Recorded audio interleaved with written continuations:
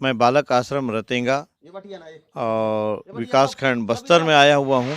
और यहाँ मुझे पता चला है कि दो बच्चे बहुत ही प्रतिभावान हैं, जिनका भविष्य बस्तर के लिए एक उज्जवल भविष्य की कामना कर सकते हैं इनके द्वारा, क्योंकि बस्तर का इन लोग नाम रोशन कर सकते हैं। ये दो बच्चे हैं जिनका जिनका निशाना अचूक है, और हम लोगों ने कुछ इनका शॉट भी देखा है, गुलेल में देखा है। और हम चाहते हैं कि देश का नाम रोशन करने के लिए, जैसे मांगी लाल लोहंडीगुड़ा से बहुत फेमस हुए और राज्य स्तर तक खेल चुके हैं, तो हम चाहते हैं ऐसे छोटे बच्चे देश की प्रतिभा के नाम से उभर के आए सामने। तो क्या नाम बेटा आपका? फगनू। जोर से बोलिए। पूरा नाम बोल। नाम फगनू बघेल। हाँ, बघेल। कहाँ पढ़ते हो बेटा? बाल बोलना मत काय तो हो। बालक आश्रम रतेंगा। रतेंगा में। जी। हाँ, तो आप लोग आपका निशाना बहुत अच्छा है जी। ना? तो आपको जैसे धनुष देंगे तो आप निशाना लगा लोगे? थोड़ा तो होगा। हो जाएगा ना? जी। तो इसको बहुत अच्छा से प्रैक्टिस करिए बेटा, है ना? जी। हाँ। बेटा आपका नाम? रविंद्र कश्यप। रविंद्र कश्यप। और बालक आश्रम शाला रतेंगा। हाँ, तो आप भी निशाना अच्छा लगा लेते हो, जी। और आपको भी धनुष दिया जाएगा तो आप कर लोगे, जी। क्योंकि अभी आप गुलेल से करते हो ना? जी। अच्छा, आप लोग के पास धनुष है क्या घर में, छोटा धनुष? जी घर में है। दिए हैं पापा लोग बना के, जी। है ना? आपके पापा दिए हैं आपको बना के? जी। हाँ। तो कितना बड़ा धनुष है, ऐसी हाथ से बताइए अंदाज। हाँ, इतना बड़ा। और उसका तीर भी है, कांड? जी। हाँ। और घर में कौन चलाता है बेटा धनुष? पापा भी चलाता है। और आप क्या कौन चलाते हैं? पापा। पापा चलाते हैं, उनका निशाना भी बहुत अच्छा है। जी। और आपके पापा का निशाना? जी। तो एक परंपरा है यहाँ बस्तर में कि शिकारी यहाँ पहले शौकिया भी करते थे, और गांव के लोग काफ़ी अच्छे शिकारी हुआ करते थे, जो आज भी जिंदा है। और इन बच्चों के द्वारा हम इस प्रतिभा को आगे ला सकते हैं। मैं यह बताना भी अपना कर्तव्य समझता हूँ। आप दुनिया को मालूम है कि भारत गुलाम था, और बस्तर में बंदूक से टक्कर यहीं के आदिवासी तीर के द्वारा अंग्रेजों के ऊपर तक इनका वार हो जाता था, जिससे कई बार तो अंग्रेजों को पीछे हटना पड़ा है।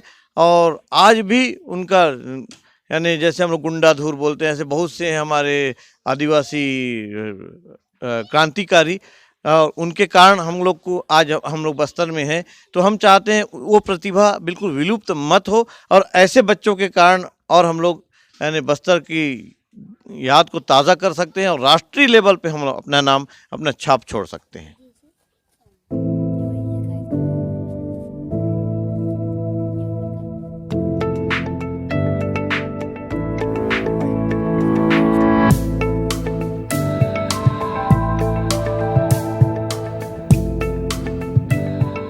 लोगों ने देखा, कुछ खामियां देखी, और इसमें जिसने भी ठेका लिया था उसके ऊपर ही शायद कुछ कमियां देखने को मिली। तो हम लोग जैसे गए थे, पीछे वीडियो है, उसमें पाइप लाइन जो बिछी हुई है वो सही ढंग से उसका वो नहीं किया गया है। और गांव में जैसे भौंती बोलते हैं, किनारे किनारे भौंती होना था, वो चीज़ नहीं है। एक दीवार उठा के उसके अंदर मलबा भर के उसको प्लेन किया जाता है, वो उस चीज़ की कमी। और हमने देखा यहाँ पर सीट लगी हुई है, सीट में सही ढंग से वाशर नहीं दिया गया है, जिस कारण जगह जगह टपकता है। उसके चिन्ह अभी भी मौजूद हैं। और पूरे बाउंड्री वाल की कमी दिखी यहाँ पर, उस पर शासन को ध्यान देना चाहिए। और अंदर के हिस्से में जहाँ बागवानी होनी चाहिए, पानी के अभाव के कारण यहाँ पर बोर अति आवश्यकता है। जितनी जल्दी हो सके इस पर कार्रवाई करे शासन, हमें चाहते हैं।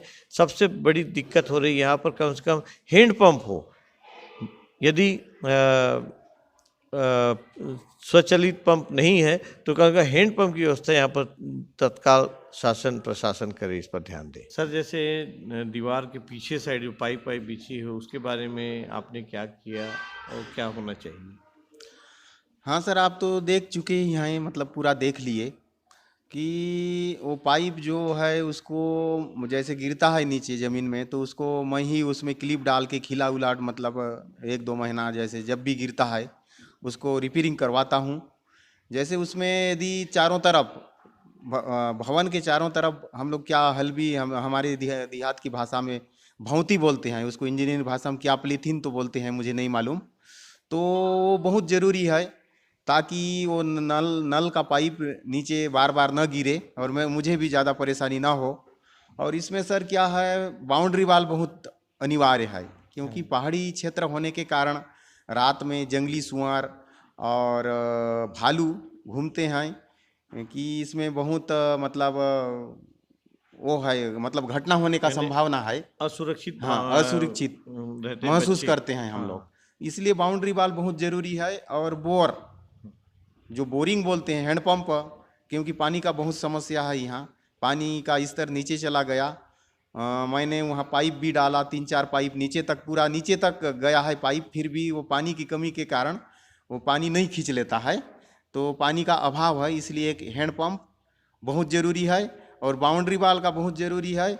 और वही भौंती, जो क्या प्लेथिन है तो नहीं मालूम, न्यू सपोर्टिंग क्या बोलते हैं इंजीनियर भाषा में, वो बहुत ज़रूरी है। और कुछ तखत, अभी 30 तखत है मेरे पास, और 20 तखत होने से क्या है, बच्चे एक एक करके सो सिंगल सकते हैं, सिंगल सिंगल सो सकते हैं।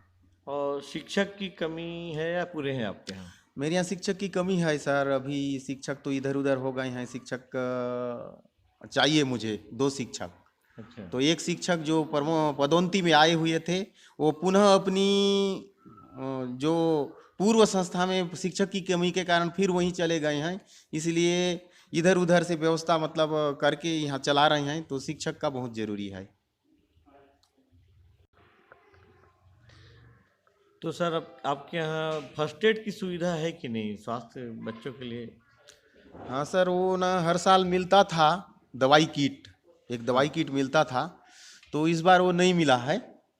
अब बस तो और बच्चे को कोई तकलीफ होने से आप कैसे करते हैं? वो मैं सर अपने प्राइवेट खरीद के लाए रहता हूँ।